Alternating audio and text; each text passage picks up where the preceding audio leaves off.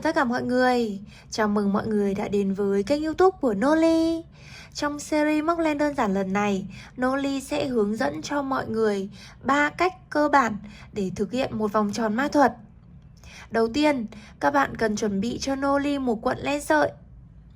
Tiếp theo là một cây kim móc.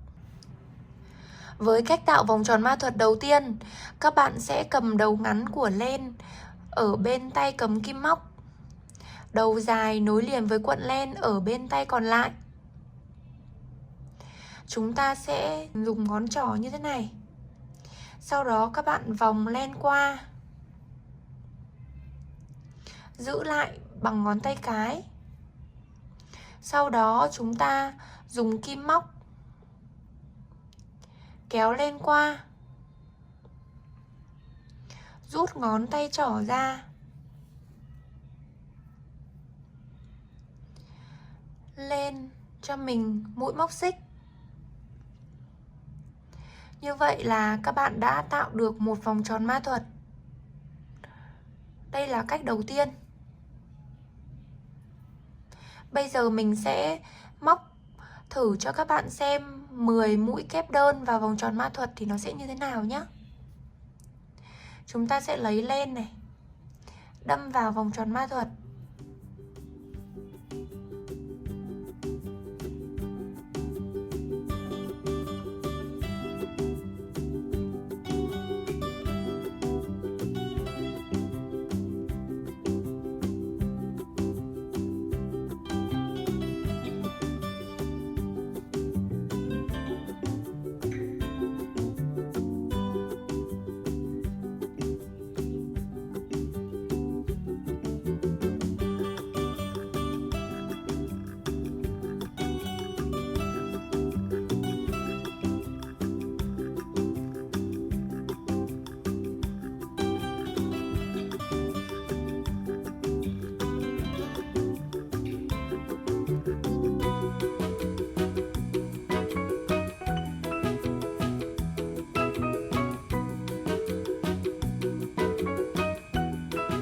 Sau khi móc xong được 10 mũi kép như thế này thì các bạn bây giờ chúng ta sẽ rút sợi dây để khép vòng tròn ma thuật lại.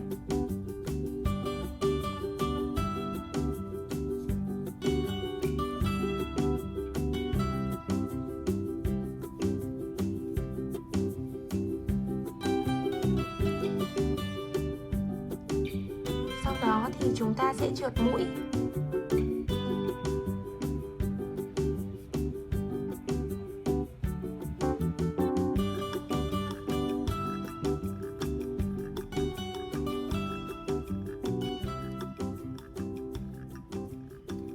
Như vậy là các bạn đã tạo được vòng tròn ma thuật và 10 mũi kép đơn.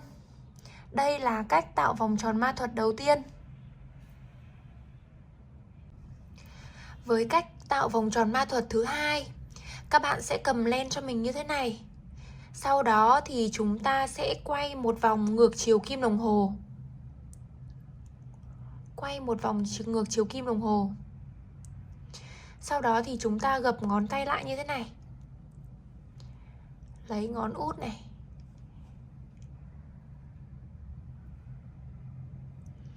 các bạn chú ý quan sát nhé. Chúng ta sẽ gập ngón tay lại. Sau đó thì lấy len này, dùng ngón cái và ngón giữa để giữ cái điểm này của sợi len. Sau đó thì các bạn dùng kim móc đâm vào vòng tròn. Chúng ta sẽ móc là 3 mũi móc xích. Các bạn sẽ được nút thắt đầu tiên này. Chúng ta sẽ móc 1, 2, 3. Bây giờ chúng ta sẽ móc 10 mũi kép đơn vào vòng tròn ma thuật. Thì ở đây mình sẽ coi cái mũi móc đầu tiên này là vòng tròn ma thuật. Thì chúng ta sẽ lấy len đâm kim vào cái mũi móc đầu tiên này nhé.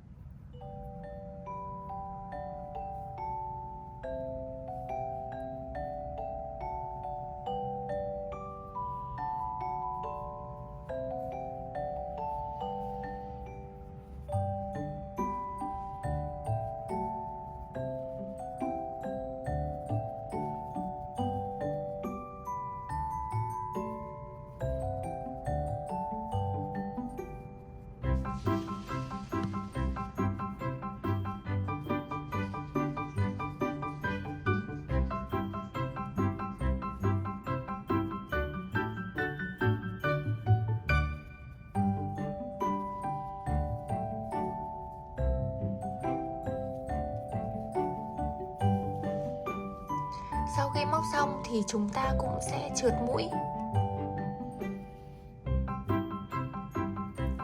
và kết thúc được là 10 mũi kép đơn.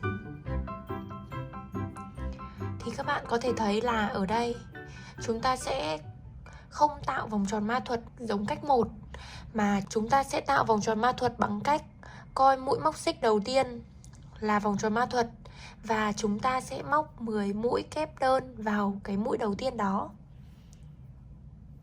Như vậy là chúng ta cũng đã hoàn thành được vòng tròn ma thuật rồi.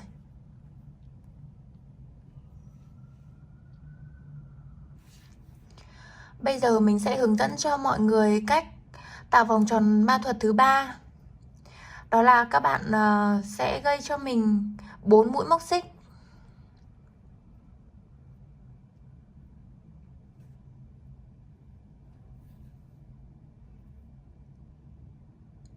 Đâm kim vào vòng tròn này, tạo một nút thắt.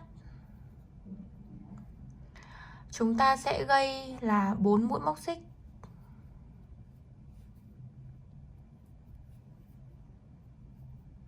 Sau đó các bạn đâm kim vào mũi móc đầu tiên.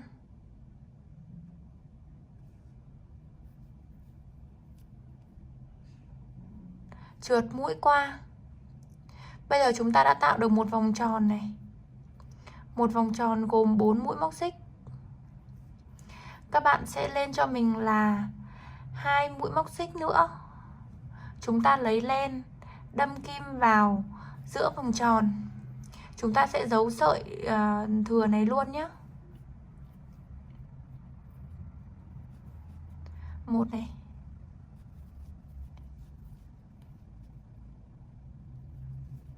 hai, 3, 4, 5, 6, 7, 8, 9, 10. Và tới cuối hàng chúng ta cũng sẽ trượt mũi cho mình để kết thúc được một vòng tròn. Lên một mũi móc xích. Đó, các bạn có thể thấy là cái sợi dây ở đằng sau này chúng ta sẽ giấu luôn trong quá trình mình móc. Tóm lại là sẽ có 3 cách tạo vòng tròn ma thuật như sau. Đầu tiên là các bạn tạo một vòng tròn vòng quanh ngón tay trỏ này.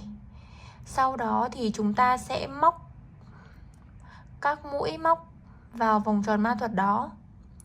Sau đó thì chúng ta sẽ rút sợi. Cách thứ hai là các bạn sẽ tạo cho mình 3 mũi móc xích. Đối với mũi kép đơn thì chúng ta sẽ tạo 3 mũi móc xích. Đối với mũi đơn thì chúng ta sẽ chỉ tạo 2 mũi móc xích, bởi vì là sẽ có một mũi móc xích là chiều cao của mũi đơn. Còn với mũi kép đơn thì chúng ta cần phải tạo 2 mũi móc xích, vì 2 mũi móc xích đó chính là chiều cao của mũi kép đơn. Còn một mũi móc xích còn lại, chúng ta sẽ coi mũi móc xích đó chính là vòng tròn ma thuật, và chúng ta sẽ móc tất cả các mũi vào bên trong cái mũi móc đó. Cách thứ ba là chúng ta tạo vòng tròn ma thuật bằng cách là tạo 4 mũi móc xích. Sau đó thì trượt mũi, tạo ra một cái vòng tròn gồm 4 mũi móc xích. Thì các bạn sẽ lên 2 mũi móc xích, chính là chiều cao của mũi kép đơn. Rồi chúng ta sẽ móc vào bên trong vòng tròn đó. Thì vòng tròn đó cũng được coi là vòng tròn ma thuật. Như vậy là các bạn đã biết 3 cách cơ bản để chúng ta tạo vòng tròn ma thuật. Nếu các bạn có những cách tạo vòng tròn ma thuật khác thì hãy chia sẻ với mình ở bên dưới bình luận của video này nhé. Đừng quên ấn like và subscribe kênh YouTube của Noli Handmade. Bấm vào biểu tượng quả chuông để là người sớm nhất xem được video mới nhất của Noli. Bye!